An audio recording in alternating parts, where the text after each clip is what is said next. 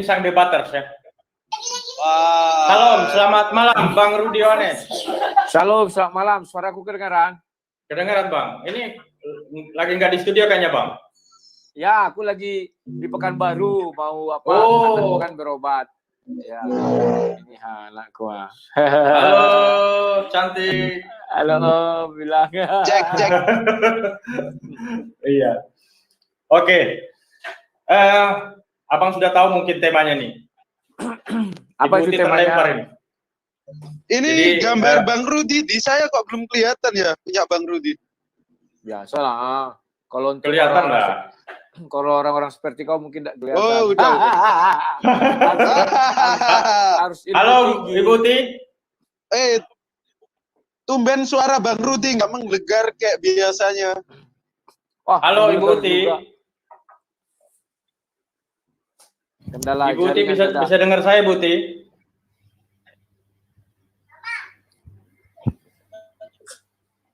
Saya sapa dulu. Assalamualaikum warahmatullahi wabarakatuh, Bang Farhan. Waalaikumsalam warahmatullahi wabarakatuh. Selamat malam Bang Rudi. Assalamualaikum Akhi Goldian. Malam Farhan.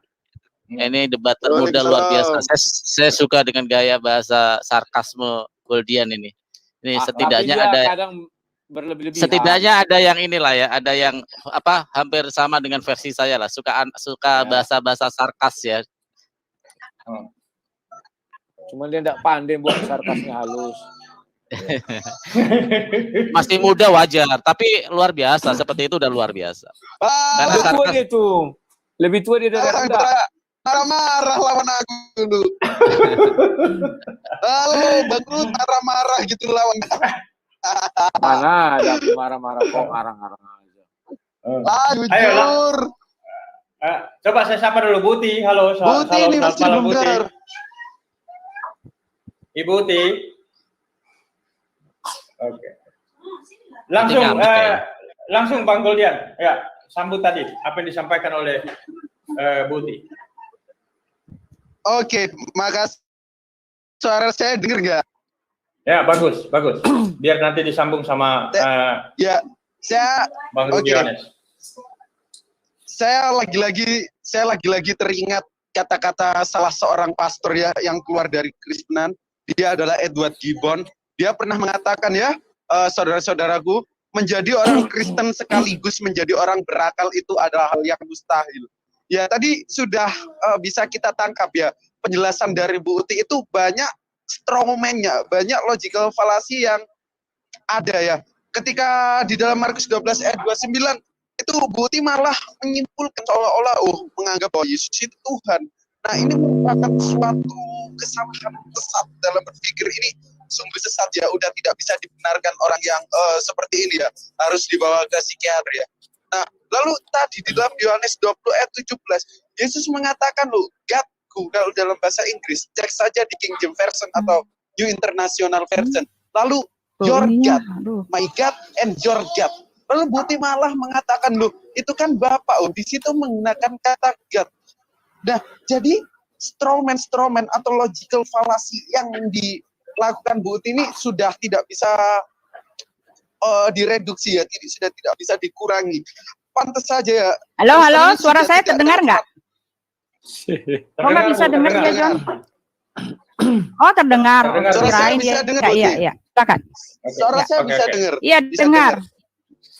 Oke, saya ulangi ya. Ya. Nah, jadi dari apa yang dipaparkan Budi, saya teringat kata-kata salah seorang pastor ya.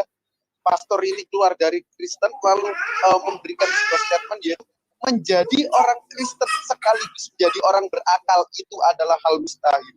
Nah, ini tadi sudah kita jumpai ya dari pemaparan Bu Uti. Ketika Bu Uti menjelaskan apa yang ada di mana itu, dia melakukan sebuah strawman atau logical fallacy yang sudah tidak bisa direduksi atau dikurangi ya.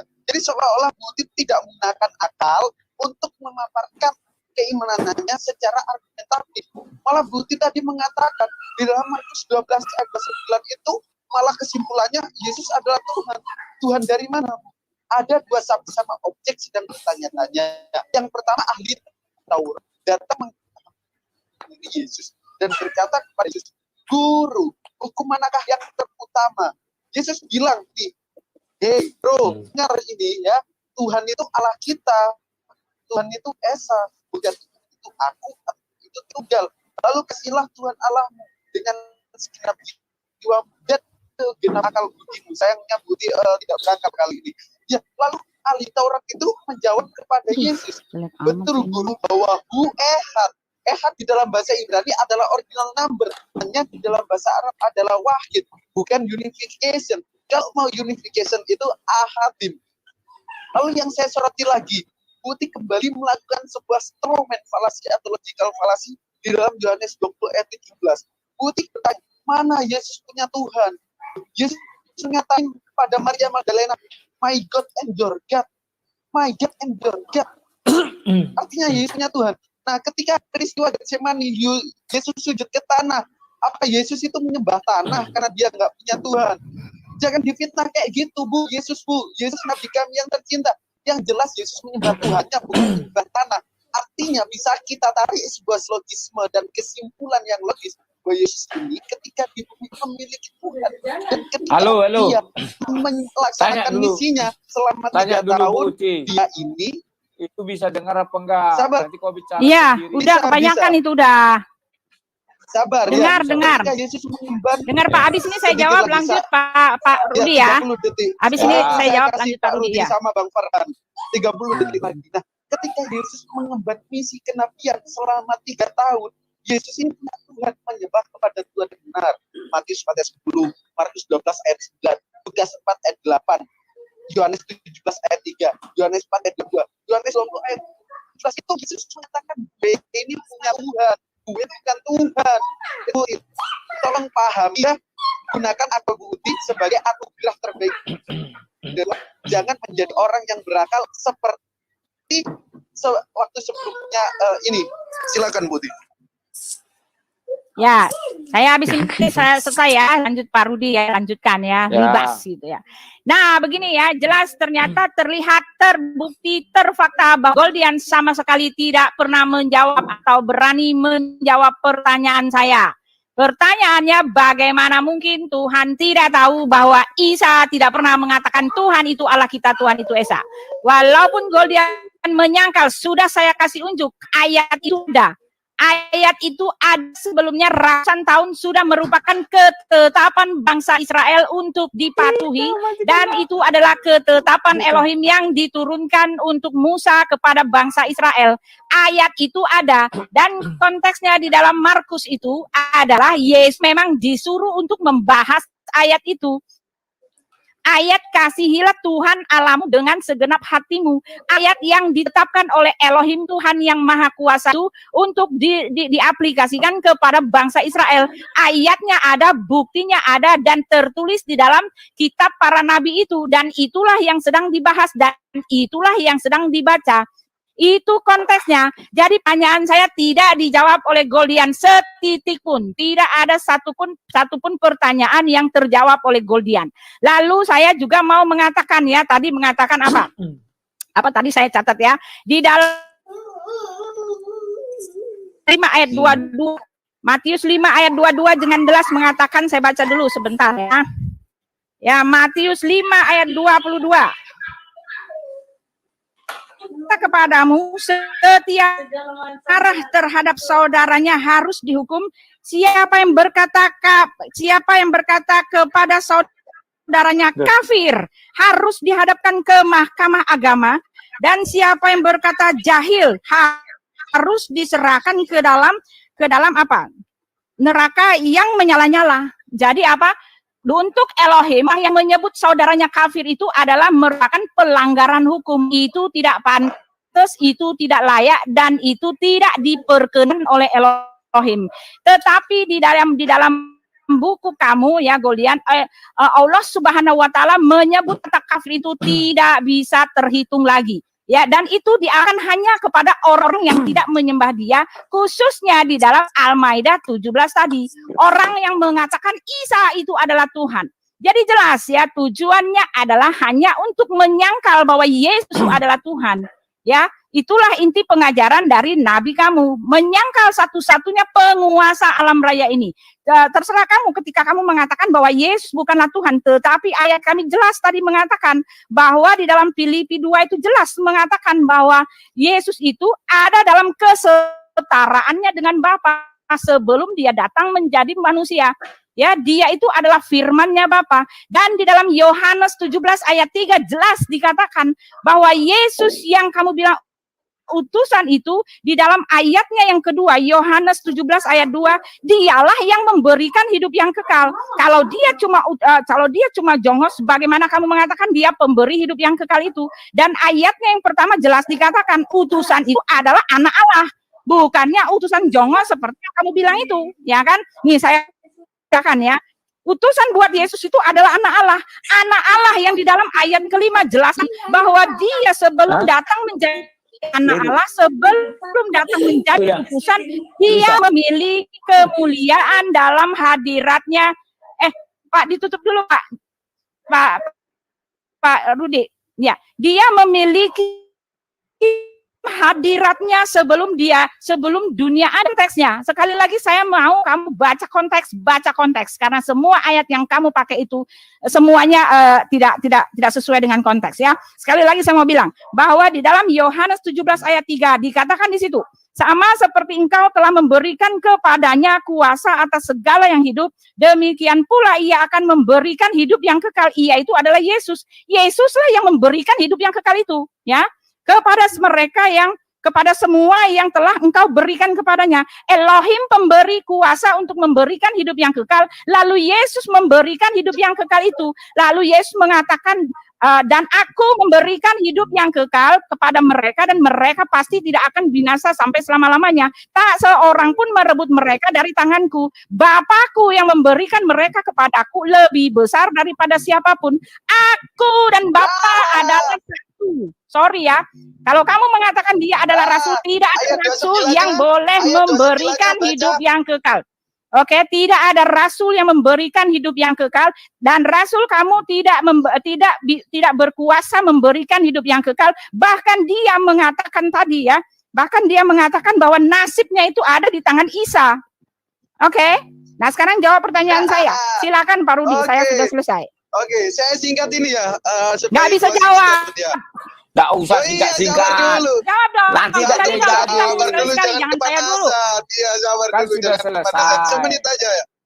Ya, semenit. Ya, silakan Jadi, Pak Rudi, saya sudah selesai. Saya sudah selesai. Saya sudah. Oke, Enggak, ya, silakan Pak Rudi. Goldian Ya. harus Saya berjaya. 30 detik. Saya sapa dulu Ibu Sofiatul. Shalom, selamat malam Ibu. Ya, sudah datang ya, silakan. Iya. Sofiatul Saya ini cuma Ibu Dini, 30. bukan Umidin ya, Sofiatul. Kristen Pak, CIA Pak, Saya CIA. Oh iya. Oke, gue cuma CIA, 30 detik doang. Kasih wejangan hikmat kepada Budi ya. Gue ini nggak Nggak tahu usah. artinya. Nggak usah. Jadi Nanti Budi, Nggak ya, usah, gunakan saya untuk tadi Budi. membuktikan, Kalau saya kata sudah Ali membuktikan Mokhtar kamu ini, ngawur. Budi ini otaknya Jadi orang jangan Sunda. soal. Nanti Goldian, nggak Oke. usah. Berjiwa besar aja lah. Kalian kau tadi sudah bilang, ya. Habis itu Budi jawab, nggak usah. Iya, Nggak usah santai, lagi. lanjut lagi Bang Rudi sama Bang Marno. Oke, terima Ya, kasih. silakan. Pak Rudi dan Oke, itu ya, saya- Golian, karena- Farhan, Pak karena Rudi, tadi- Sofiatul. Ya, karena tadi ada Bu Uti tadi menyatakan bahwa bahkan Muhammad Shallallahu Alaihi Wasallam dikatakan sebagai dia menolak menyembah Allah ya. Saya kasih bukti, saya screen bagaimana kesamaan ketika Tuhan Bani Israel atau Yahudi dengan Al-Qur'anul Karim, ketika Yakub di sana sebagai seorang narasumber utamanya, sebagai tokoh utamanya. Saya screen Bang Aristo ya. Ya, Sofiatul sama Pak itu ya yang jawab. Saya nyimak saja sekarang. Saya udah mau Ya, minum air ya. panas, batuk. Ya. Ya, saya lanjut ya. Bebas. Tapi jangan diturunin. Saya di sini. Iya, acara bebas ini Ya, pokoknya. lanjut. Ya, Ya. Ini ya di dalam surat Al-Baqarah ayat 133 Mic-nya jelas Al-Baqarah 133 dijelaskan. A'udzubillahi minasyaitonirrajim. Bismillahirrahmanirrahim. Apakah kamu menjadi saksi saat maut akan menjemput Yakub? Ketika dia berkata kepada anak-anaknya, apa yang kamu sembah sepeninggalku? Mereka menjawab, kami akan menyembah Tuhanmu dan Tuhan nenek moyangmu, yaitu Ibrahim, Ismail, dan Ishak, yaitu Tuhan yang Maha Esa dan kami hanya berserah diri kepadanya. Ini Quran surat Al-Baqarah 133. Apa korelasinya dengan perjanjian lama atau Torah ya? Kita lihat di dalam Kejadian 3 ayat 6 ya. Ini Ilahim ya, Hasim yang berfirman ya. Lagi ia berfirman, akulah Allah ayahmu, Allah Abraham, Allah Ishak dan Allah Yakub. Lalu Musa menutupi mukanya sebab ia takut memandang Allah. Artinya di sini ada persamaan antara apa yang tercantum di dalam Torah dan apa yang tercantum di dalam Al-Qur'anul Karim. Jadi perkataan Bu Uti tadi, tuduhan kalau Muhammad SAW malah menolak menyembah Allah ya, Tuhannya orang Yahudi, ini sesuatu yang sangat paradoks sekali apa yang kita baca dari ayat ini ya. Bahkan saya bisa membawakan ayat-ayat ya, ayat-ayat kita lihat di slide ya. Bahkan terjadi sebuah paradoks sekali terhadap pemahaman agama akidah dari Kristen ini ketika Yesus turun ke bumi. Berapa banyak ayat yang menolak sebenarnya Tuhan itu tidak pernah turun ke bumi ya. Yesus berkata, Tuhan Bapa Allah itu ada di surga, bukan Yesus yang ada di bumi. Matius 23 ayat 9, janganlah kamu menyebut siapapun Bapa Allah di bumi ini, karena hanya satu Bapa Allahmu, yaitu Dia yang di surga. Jadi Yesus saja menolak gitu loh. Tapi saya yakin ayat ini akan, Yesus masih sebagai kedagingan. Saya yakin akan bantahannya seperti itu. Itu sudah bisa ditebak jawaban dari pihak Kristen ya. Terus Matius 6 ayat 9, Bapa Allah kami yang di surga. Kedengeran nggak? Kedengeran. Halo. Nah, ya disinilah banyak ayat ya. Saya tidak baca satu persatu karena banyak ya. Semua menyatakan bahwa Bapa itu di surga. Artinya Yesus di bumi itu selalu menunjuk kepada Tuhan Bapa yang ada di surga, bukan kepada dirinya sendiri. Tapi nanti pasti akan terjadi sebuah jawaban seperti ini, logika falasi namanya, apa yang dikatakan oleh Aki Goldian akan mengatakan seperti ini. Oh tidak, Yesus itu sebagai daging. Nanti kalau sudah peristiwa penyalipan dia akan naik ke roh menjadi ini. Berarti ada dua yang bertolak belakang di sini. Kalaupun memang terjadi seperti itu, apakah Tuhan Bapa itu seperti itu? Dia menyertai Yesus di bumi atau ketika Yesus itu naik setelah penyalipan? Ini terjadi sebuah kebingungan ya, absurd kalau menurut saya sih absurd. Itu aja dulu opening statement saya, Bang Rudi. Silakan. Ya. Saya silakan Bang Rudi. Sebentar. Saya hanya ingin coba kalian buka surah Maryam ayat 16. Oke. Saya buka di sini. Ya. Surah Maryam ayat 16. Bentar Bang ya. Jangan kalian bilang logikal falas ya. Aku ingin lihat logika kalian di surah Maryam ayat 16. Oke. Surah Maryam, surah 5 ayat 16. Ya, 16. Surah Maryam itu surah keberapa itu lupa saya. 19. Oh, 19. Oke. Sebentar. Ayat berapa, Bang? 16. Coba mantapkan kalian logika kaliannya. Jangan mengatakan logikal falasi. Falasi yang ada di tempat kami ini.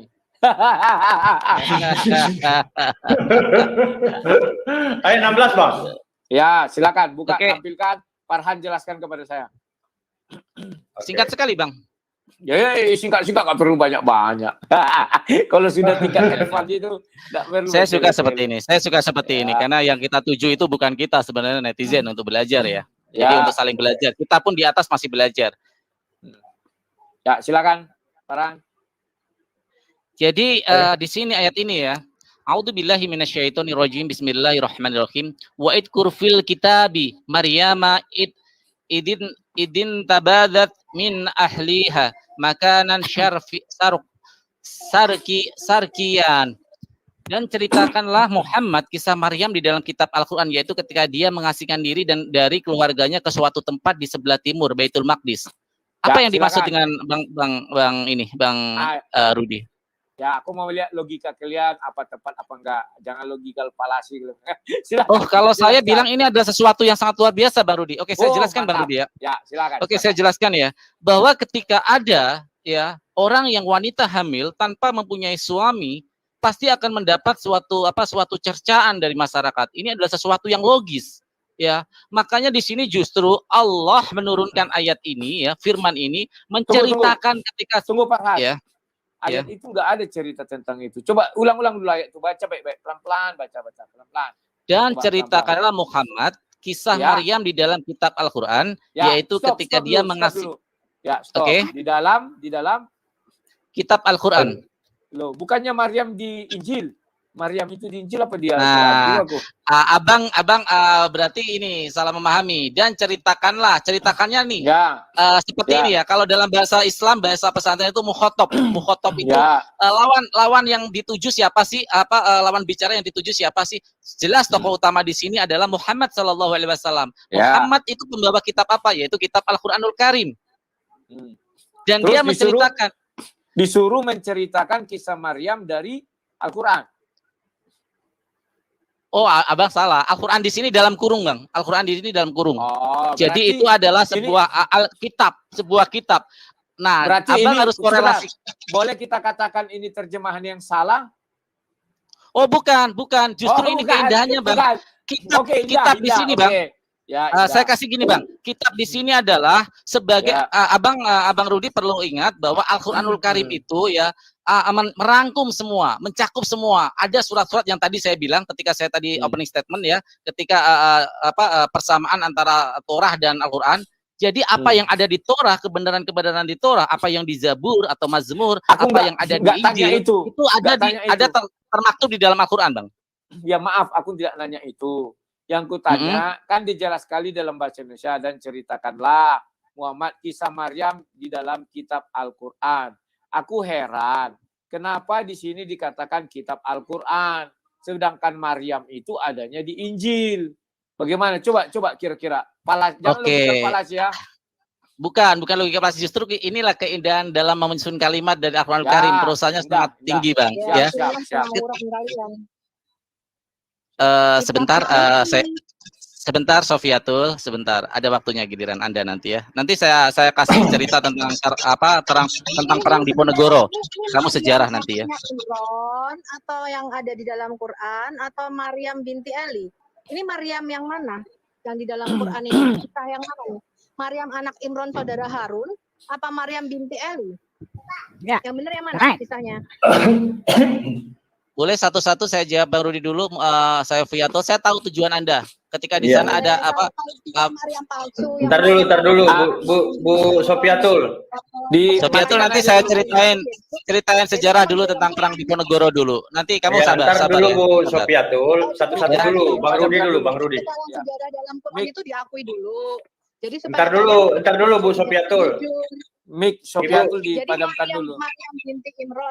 Maryam binti Imron itu yang Ibu ikut role-nya, Bu. Ibu. Dipadamkan. Halo Ibu. Sofiatul. Ibu ikut role dulu biar Bang Rudi sama Bang Farhan dulu. Nanti Jadi Bang Sofiatul sama Bang Bonar ya. Bang Sofiatul sama Bang Bonar. Jadi satu-satu Bang Sofiatul. Biar tersampaikan Bu, biar tersampaikan ya. Jangan Bu. Saya kira suaranya sih masih muda kayaknya Bu Sofiatul ini. Sekitar umur 60 lah, masih muda dia lah ya. Kenapa bisa Maryam di dalam Quran? Nanti Bu, Ibu bisa lihat Ibu Sofiatul. Bisa ini enggak? Sabar dulu Ibu ya. Sabar dulu. Biar Bang Rudi dulu. Saya jelaskan dulu ya Bang Rudi ya. Tadi tentang ayat ini ya. Bahwa apa yang diceritakan, kenapa Allah menceritakan dan ceritakanlah Muhammad. Artinya tokoh utamanya di sini siapa? Siapa yang suruh menceritakan? Muhammad Sallallahu Alaihi Wasallam. Mukhatabnya adalah Muhammad ya. Kisah Maryam di dalam kitab Al-Quran ya, itu di dalam kurung ya. Abang Rudi mesti pahami bahwa kitab Al-Quran itu mencakup semua apa yang ada di dalam nilai-nilai Torah, nilai-nilai Mazmur, dan ada di nilai-nilai Injil ya. Kalau tafsirnya ya, ini adalah sebuah kisah ketika bagaimana kita logiskan ayat ini dengan kondisi waktu terjadi itu, Bang Rudi. Ya, ketika Maryam, makanya aku nggak panjang-panjang nggak usah. Ya, oke, saya jelaskan. Kenapa Allah SWT memerintahkan kisah Maryam itu yang ada di dalam Al-Quran, bukan di dalam Injil. Karena kita tahu Maryam itu tidak pernah hadir di dalam Al-Quran. Maksudnya kisahnya loh ya. Karena Injil yang mencatat paling banyak, mulai dari buayan, mengasingkan diri, buayan, atau sampai Nabi Isa itu menjadi nabi yang tidak disalibkan. Coba, kenapa harus Maryam yang di dalam Al-Quran yang diceritakan? Padahal Maryam itu tidak ada tahun 610. Silakan. Kalau abang melogikakan seperti ini, abang juga harusnya bertanya, kenapa itu Musa? Musa yang di Al-Quran apa Musa di Torah? Logikanya lucu bang. Jadi Allah ini kan kita pahami sebagai satu ya bang Rudi ya. Sebentar Farhan, sebentar. Aku Dalam Quran tidak Injil. Ibu Sofiatul, Dan tolong Injil dulu, tidak tolong. ada pada zaman Bu Musa. Sofiatul, tolong. Ibu Sofiatul dibagusin dulu suaranya. Nanti kalau Ibu mau, setelah ini Ibu bebas sebebas-bebasnya setelah Bang Rudi. Ya. Saya tidak menemukan. Jadi biar tersampaikan, saya taruh di backstage dulu Bang ya, biar tertib ya. Siap.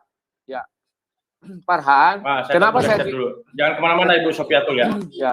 Kenapa saya tidak bilang Musa, Farhan? Karena di Al-Quran tidak ada dikatakan ceritakanlah kisah Musa yang di dalam Al-Quran.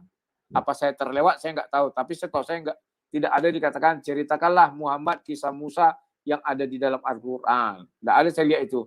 Tapi kisah Maryam ada di dalam Al-Quran. Al-Quran itu turun 610. Artinya Maryam itu hadir 610 atau tahun 1. Saya kesampingkan dulu yang dibilang Sofiatul itu adiknya Harun. Tidak. Anggap aja lah itu dulu. Silakan. Oke, Bang Rudi, terima kasih. Ya. Jadi gini Bang Rudi ya, saya logikakan seperti ini. Ketika saya sebagai penulis, karena Allah adalah satu-satunya penulis. Ketika saya merujuk dalam satu tulisan ya, merujuk kepada satu karya, ketika serial 1, 2, 3 ini adalah serial terakhir, akan merangkum kisah-kisah di 1, 2. Pasti saya akan menuliskan di dalam buku ini telah diceritakan bahwa telah terjadi penjajahan atas negara Indonesia. Penjajahan itu dilakukan oleh Belanda. Padahal Bang, buku itu diciptakan bukan waktu penjajahan Belanda, tapi saat ini. Logikanya seperti itu.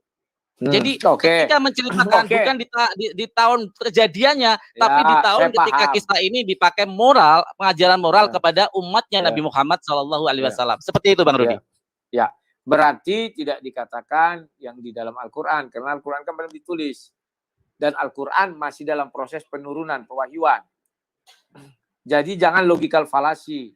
Kalian yang bilang-bilang logical fallacy, aku nggak tahu artinya itu apa. Tapi yang ku tahu secara logika bahwa Al-Quran 610 sampai 633. Maryam itu ibunya Isa yang dipercaya hidup abad pertama. Artinya kalau diceritakan kisah Maryam yang ada di 610 tahun itu, kisah yang mana? Kenapa tidak merujuk kepada yang di Injil? Sama dengan sejarah. Misalnya catatan Empu Gandring. Nah, kan bukunya ada itu Empu Gandring. Diambil dari situ misalnya ini yang diucapkannya, kan demikian. Ini sangat unik loh ini, ya. Silakan jelaskan, jangan logical fallacy ya. Oke, Bang Rudi, topik ini sebenarnya gini ya. Nanti Bang Rudi mau menerima atau tidak itu adalah hak Bang Rudi. Saya menjelaskan sesuai kaidah-kaidah saya sebagai umat Muslim ya. Menerima atau tidak itu terserah hak Bang Rudi. Jadi saya tidak memaksa Bang Rudi untuk menerima. Ketika ayat ini diturunkan Bang Rudi, tokoh utamanya adalah Muhammad SAW.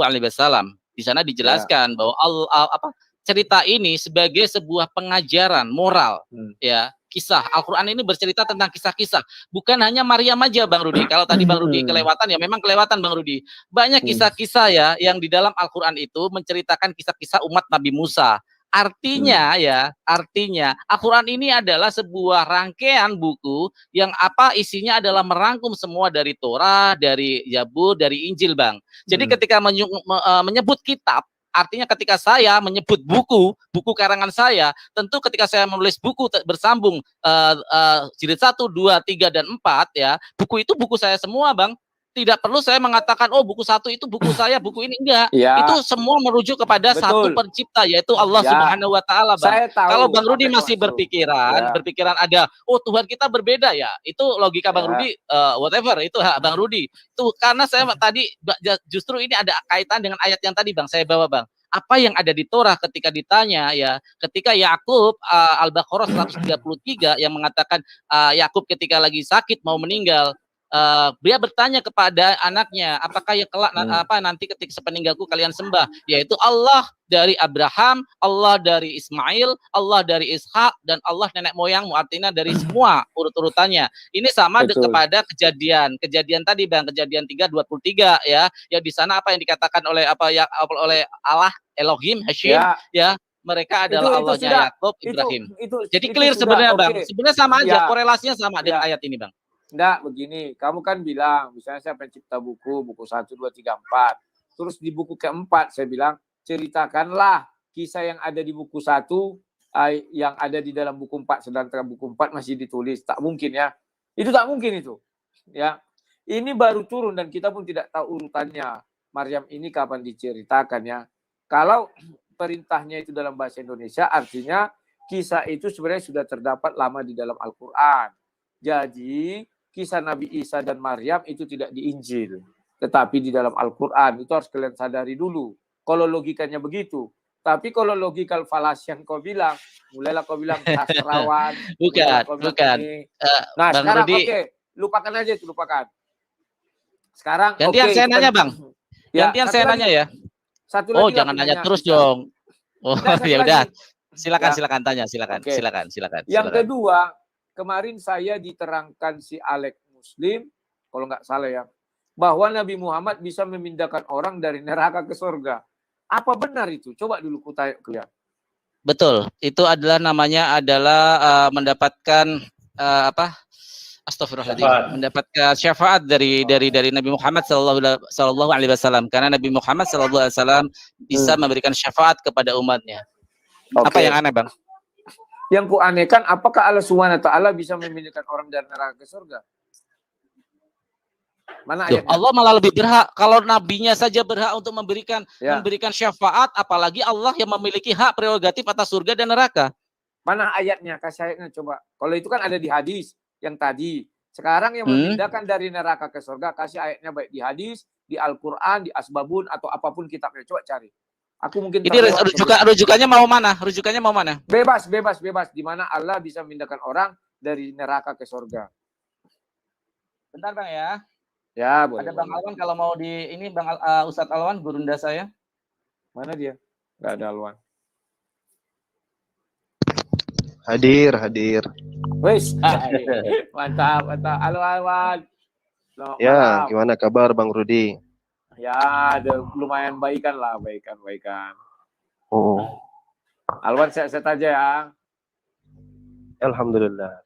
Ya, selalu always, tak pernah neper. Ini masih 2 di backstep ini. Ada Bang Prabu dari Kristen, ada Bang Bonar. Saya naikin aja semua ya, tapi gantian ya. Jadi biar tersampaikan. Oke.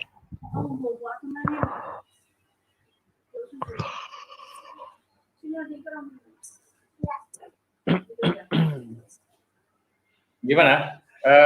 Bang Farhan? Bentar Bang, lagi cari ayatnya. Oke. Coba begini, kita dengar dari Ustadz Alwan, gimana sih syafaat? Benar nggak ini Muhammad bisa menarik orang dari neraka ke surga? Pertanyaan Bang Rudi Yohanes. Oh begini, kalau ditanya tentang syafaat, ya, syafaat itu mutlak hanya milik Allah Subhanahu Wa Taala. Dalam surat Az-Zumar itu Allah katakan bahwasanya syafaat itu hanya kepunyaan Allah semata gitu. Jadi kalau Rasulullah SAW memberikan syafaat itu karena izin daripada Allah Subhanahu Wa Taala. Coba dibuka surat Az-Zumar ayat 44. Surah Az-Zumar ya. Surah keberapa itu Ustaz? Surat Az-Zumar ayat ke-44. Nomor suratnya maksudnya. Az-Zumar. Nomor surah berapa ya? Az-Zumar itu. 39 kalau nggak salah ya. Oke. Bentar ini agak lelet saya. Saya punya WiFi agak bermasalah nih. Belum bayar saya lagi bermasalah juga nih.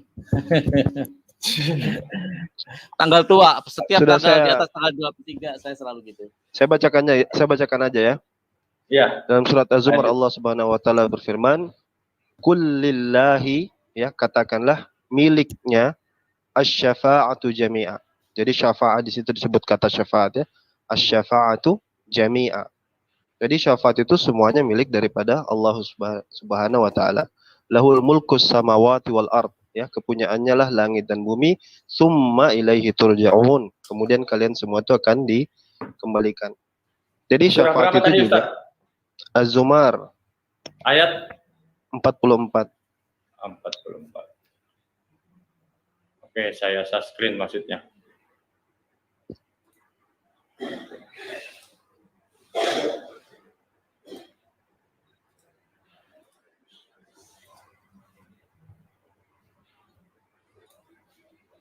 Sudah bisa dilihat. Lanjut Ustaz. Ya sudah saya bacakan tadi. Oh ini Ya. ada di layar ya. Kalau gini dikatakan pertolongan ya bahasa Indonesianya. Ya, syafaat itu kan pertolongan. Bahasa Arabnya syafaat. Asy-syafa'ah. Oke. Ya. Saya Tetapi bacakan. Kul. ya, Saya bacakan dulu. udah. Qul Kita baca lillahi. itu di layar. Oke. Ya, Ustadz, Oke. saya mau nanya. Tetapi tidak dijelaskan di sini memindahkan dari neraka ke surga. Pengertian syafaat itu pertolongan. Jadi begini. Ya. Rasulullah itu kan punya umat, ya kan? Ya. Dan umatnya itu ada yang Allah Subhanahu wa taala, ada yang masuk ke dalam neraka Allah. Jadi ketika masuk ke neraka itu maka salah satu bisa keutamaan yang diberikan Allah kepada Nabi Muhammad itu adalah bisa meminta pertolongan kepada Allah untuk menyelamatkan umatnya itu. Pertolongan itulah yang dimaksud dengan syafaat. Oh. Berarti dia tetap meminta kepada Allah. Oh iya dong, tidak mungkin dia. Makanya di dalam surat As-Saba itu dikatakan bahwasanya tiadalah berguna syafaat di sisi Allah melainkan yang telah diizinkannya. Jadi semua itu atas izin Allah. Petrus itu mengatakan juga dalam kisah para rasul, semua mukjizat Yesus itu atas izin Allah juga. Ya. Sama Sekarang, aja itu. Saya tanya, ya kan? Berarti Jangan bertanya terus, Lay. Sekali-kali kamu ditanya. Saya tadi mau nanya juga. jangan sekali 10 kali Jangan pun bisa. takut ditanya. Enggak, ini biar jelas. Boleh. Kemarin di tempat saya itu Alex bilang Nabi Muhammad dengan syafaatnya bisa masukkan orang dari neraka ke surga dipindahkannya. Mungkin kamu Artinya- salah dengar, Lay. Kalau sekarang kan sudah jelas kan? Ya, dia bilang gitu. Berarti dia yang salah ucap. Ya kita nggak Nah, usah dengar-dengar orang. Ya. Ya. Nah, sekarang apakah syafaat itu sudah diberikan kepada Nabi Muhammad atau belum? Sekali-kali kamu ditanya. Ada suara yang mantul itu. Ya, sebentar. Aku matikan dulu nih. Bentar ya. Bentar. Nah, ini. Halo? Ya bagus. Ya, Sudah bagus. lanjut Bang. Ya. Pertanyaannya gimana? Tolong diulang. Ya. Apakah hak syafaat itu sudah diberikan kepada Nabi Muhammad sekarang apa belum? Iya, sudah diberikan sejak Rasulullah SAW masih hidup itu sudah dijanjikan. Dengan turunnya firman Allah ini, syafaat itu sudah diberikan kepada Rasulullah. Tapi syafaat itu nanti dipakai nanti saat hari penghakiman nanti, di Yaumil Hisab nanti. Ya. Bukan saat Sekarang kalau saya bilang karena sudah diberikan, bisa dicabut nggak syafaat itu dari Nabi Muhammad? Bagaimana? Bisa. Dicabut. Ya, hak itu bisa dicabut nggak dari Nabi Muhammad? Narasi itu tidak ada. Nggak Tapi ada. kalau kita berandai-andai ya. Ya. Misalnya Allah mau, itu boleh-boleh saja karena lillahi ma fis samawati wal ardh. Punya Allah ini. Allah punya nabi-nabinya, itu nabi-nabi juga milik Allah. Kemudian Berarti misalnya itu seperti Ya. gini, sebentar. ya. Itu seperti dialog Nabi Isa. Menariknya Nabi Isa dulu ketika ditanya, "Ya Isa, apakah kamu menyuruh pengikut-pengikutmu itu menjadikan kamu Tuhan?" Kata Isa alaihissalam di dalam Al-Qur'an, "Ya Allah, mana mungkin aku mengatakan seperti itu? Apa hak saya? Saya nggak punya hak untuk mengatakan itu." Terus apa kalimat Nabi Isa di saat itu dia katakan seperti ini. Ya Allah, kalau engkau ingin menghukum mereka, itu hakmu. Tetapi kalau engkau ingin mengampuni mereka, sesungguhnya mereka juga adalah hambamu. Jadi itu prerogatif Allah itu. Hal-hal Ya, itu. Kalau itu yang mau berarti- dipertanyakan. tidak ada kekekalan ya di ucapan Allah itu ya. Artinya syafaat itu bisa dicabut, bisa tidak. Berarti narasi itu kita- tidak ada, kita tidak mungkin berandai-andai. Makanya di dalam Islam itu kita Ya, tidak bisa kalau berandai-andai. Kita ya. tidak disuruh berhalu-halu, enggak. Oke. Kalau tidak bisa berandai-andai, artinya kekal syafaat itu gitu. Karena sudah diberikan dan tidak ada Tidak dicabut. juga. Lah, Tidak oh, juga. gimana? Kita intinya kita tidak disuruh memikirkan sesuatu yang tidak ada narasinya berhalu-halu. Iya, Sekarang narasi ketika narasi sekarang mencabut kan sekarang ada. sekarang begini, ketika Allah sudah mengatakan, tolong di-mute dulu. Oh, ya. Ketika misalnya Siapa Allah itu? mengatakan Ya. Nabi Muhammad SAW itu diberikan syafaat, ya sudah, berarti dia diberikan syafaat. Itu hak Ya. prerogatif Allah memberikannya syafaat. Sekarang kan Rudi datang dengan narasi, bisa nggak itu dicabut? Itu kan berhalu-halu namanya, berhalusinasi. Oh bisa Ya. tidak, bisa tidak. Dalam Berarti Islam tidak itu bisa. kita tidak Karena tidak suka ada berandai-andai. Iyalah, berarti tidak bisa. Enggak. karena tidak Kamu ada narasi. begini, bagus datang itu dengan sesuatu yang konkret, jangan dengan yang halu. Ya. Saya pun Ya enggak, itu bukan halusinasi. Artinya karena tidak ada tertulis berarti tidak bisa diandaikan seperti itu. Itu batal ya. saya juga tidak mau berandai-andai juga. Nah, Andai-andai makanya, itu kan gimana sesuatu sih? yang tidak penting, tidak ada untungnya. Anda berandai-andai Iya. begini. Andai saja misalnya gini. Misalnya Yesus nanti datang tidak? Datang. Bagaimana kalau dia membatalkan itu? Karena firman Tuhan kami kekal, itu tidak akan dibatalkan. Jadi misalnya ketika dia mengatakan, berarti Tuhanmu itu tidak punya misalnya dia mengatakan bahwasanya dia akan datang, ya seperti itu. Lalu dia tidak jadi datang, berarti dia tidak punya hak prerogatif merubah dirinya.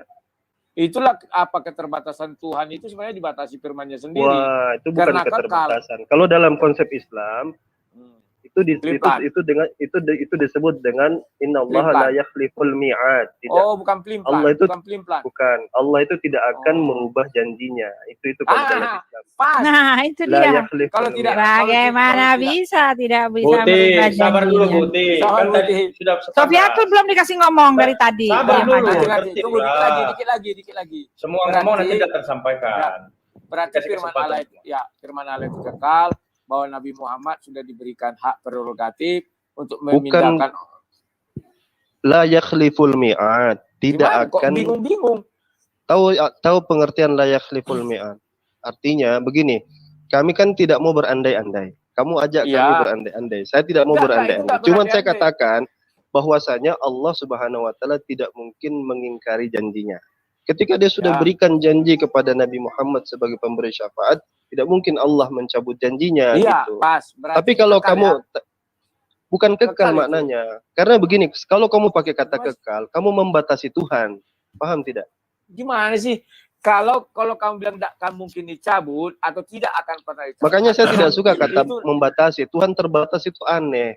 Kalau kamu pakai kata terbatas. itu Yang fakta. kalimat Karena kal- kamu wah, bilang terserah lah. Kalau kekal. Tuhanmu seperti itu terserah. Kalau kamu membatasi Ya. Tuhanmu, Oh, memang berarti sejak Tuhanmu dia lahir kan pelin-pelan. dia terbatas. Sekarang Bukan pelin-pelan. pilih. Layak Ah, liful bukan. mi'ad. Kamu Jadi kamu apa yang mengajak tepat? saya berandai-andai. Itu Enggak, andai-andai enggak. yang tidak penting.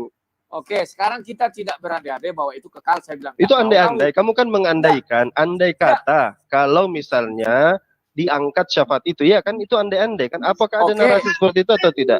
Ya, dan Itu saya bukan bilang andai-andai. Itu batal karena tidak boleh berandai-andai, itu batal. Artinya kekal kan? Tidak, kamu nggak usah kan? berhalu-halu gitu. Nggak penting, nggak Sekarang penting kamu- berhalu-halu. Saya bilang kekal tidak. Ngapain berandai-andai? Kamu kan Tidak, ini- mengandai-andaikan. Ini Sekarang tidak begini, berandai-andai. Rasulullah misalnya sudah diberikan Ya. syafaat. Yesus sudah dijanjikan misalnya menurut kamu dia akan datang Ya. kembali. Ngapain berandai-andai kalau dia tidak jadi datang? Memangnya dia ketinggalan apa gitu?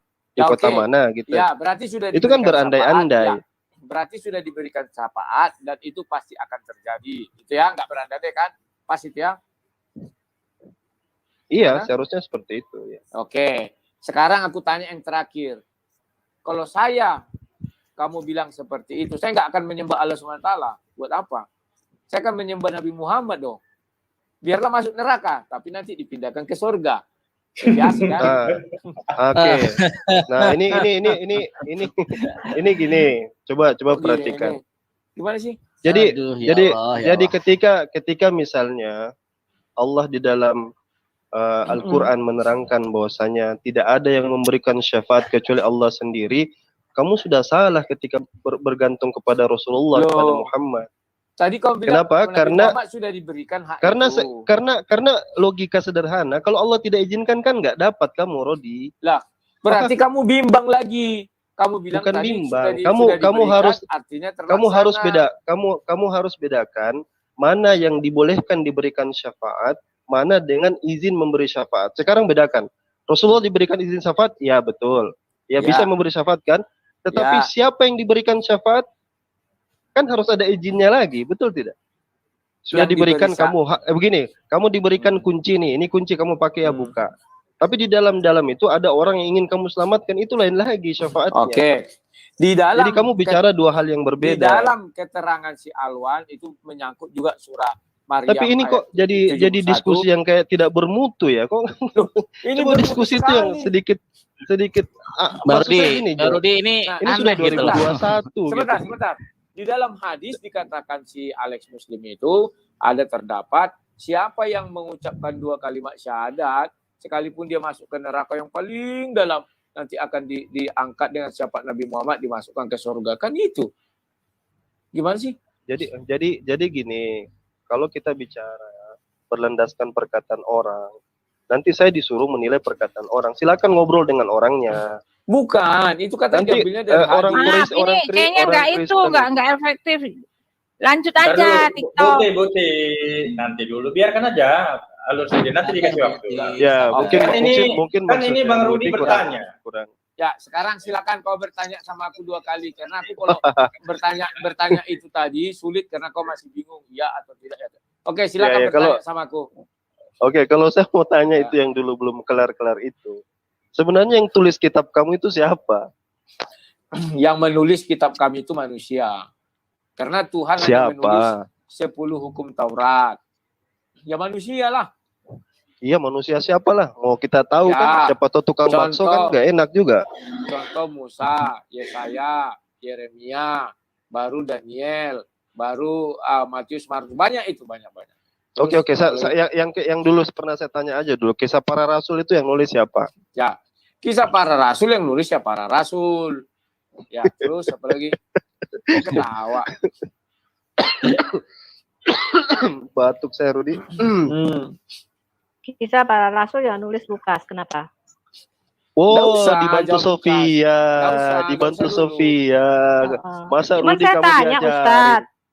Tanya, Quranmu itu berdasarkan hafalan Imam Hafs itu tahun 1924, gimana ceritanya? Satu. Ini untuk Rudi dulu, sabar dulu. Masa Rudi, masa kamu harus diajarin sama Sofia, Rudi? Gimana? Enggak, dia kan beri masukan. Enggak masalah. Oh, berarti jadi yang benar mana? Sofia apa kamu? Kita kan pasti masukan. Kalau Bang Rudi bisa saja lupa, namanya kita juga manusia. Tapi kalau Allah lupa kan lucu, benar nggak? Iya. Kalau manusia lupa wajar dong. Kalau Allah lupa lucu dong, bener nggak? Tahu aturan diskusi nggak nih? Lupa sejarah maksud gue. Ya kalau Allah lupa sejarah, itu pasti lucu, betul ya? Apalagi Allah ketukar sejarahnya. Saya balik. Kalau manusia mati biasa. Farhan, gini deh. Lu cari dulu Tuhan yang benar. Saya baru lihat. Cari dulu belajar sejarah yang benar. Hari ini. Jangan Maryam ketukar. Masuk Sofiatul kok jadi rancu. Gak rancu. Kayak Allah Anda itu rancu antara Maryam binti Imran dengan Maryam binti Eli. Manusia mati biasa. Allah Anda itu bingung antara kisah Gideon dan kisah Saul. Allah Anda itu bingung Maryam 1400 tahun ya, Maryam binti Imran sama Maryam binti Eli. Ya, saya pengen tahu nih Bu Sofiatul ini. Ayo. Ya, saya pengen tahu nih Aristo, katanya kamu. Kawan-kawan, room itu sudah jadi kacau beliau dan saya di kick oleh si Aristo keluar, ya biar mereka aja yang melanjutkannya. Tetapi kawan, intinya perhatikan kalian baik-baik ya, bahwa di surah Maryam itu dijelaskan dan diperintahkan Nabi Muhammad untuk menceritakan kisah. Maaf ya kawan, saya agak bicaranya pelan karena anak saya mau tidur. Nanti bilangnya apa-apa bising sekali katanya. Sebentar ya kawan-kawan sebelum dia tidur. Ini surah Maryam ini, kalian pun sudah cerdas lah itu. Ayat 16. Ya. Jadi betul bahwa apa yang dikatakan di 16 ini betul ya. Dan ceritakanlah Muhammad kisah Maryam dalam kitab Al-Quran. Bahwa Maryam itu memang hidupnya di dalam Al-Quran, bukan dalam Injil. Itulah sebabnya kalian banyak melihat pertentangan antara apa yang di dalam Injil dengan apa yang di dalam Al-Quran, di mana Maryam mengandung di bawah pohon kurma, sementara di Injil itu di Bethlehem, kandang domba ya. Jadi itulah. Dan anehnya bahwa kisah Maryam itu seolah-olah hanya terdapat di Al-Quran, bukan di kitab Injil. Kan itu, kalau dari dan cerita Muhammad, kisah Maryam di dalam kitab Al-Quran. Ya kan? Nah, peristiwa pengasingan diri tidak terdapat di Injil, tapi terdapat di dalam Al-Quran. Itulah yang mau disampaikan ini. Dan ya, bedalah. Makanya kita sering melihat dikatakan adik saudarinya Harun, anaknya Imran ya. Dan itu yang Maryam yang ada di dalam Al-Quran. Kalau Maryam di dalam Injil itu memang nggak ada kawan. Ya. Terus yang kedua, tadi kita sudah lihat dikatakan mereka mengakui bahwa ucapan si Alex Muslim itu benar, bahwa Nabi Muhammad dengan syafaatnya bisa memindahkan orang dari neraka ke surga. Jadi ketika saya tanya apakah itu pemberian itu sudah dari dulu apa nanti di hari akhir, dari kemarin katanya, dari ketika dia nggak menjadi Nabi. Oke, apakah kekal? Dia bingung. Dia bilang, ya kekal, oke. Apakah mungkin Allah mencabut itu dari Nabi Muhammad? Dia bilang, wah nggak bisa berandai-andai. Ya bisa jadi, katanya kan.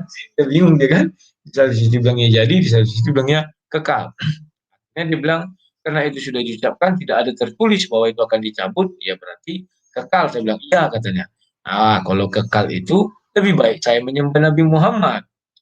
Buat apa menyembah Allah SWT? Biarpun saya masuk neraka, karena menyembah Nabi kan dia bersyafaat untuk saya. Maka saya akan dipindahkan ke surga. Saya bilang, wah nggak bisa begitu. Kalau Allah mencabut, nah tadi katanya kekal. Sekarang kalau mencabut, bingung sendiri orang itu kawan. Ya begitulah kawan, pengalaman-pengalaman yang kita dengar dari mereka sendiri ya. Ya mereka membukanya juga sendiri. Kita hanya ikut saja apa yang mereka sampaikan. Dan itu hadisnya ada. Tetapi kalau dibilang Allah SWT bisa memindahkan orang dari neraka ke surga, itu hadisnya tidak ada. Nggak ada hadisnya, tidak ada kitabnya di Al-Quran juga nggak ada.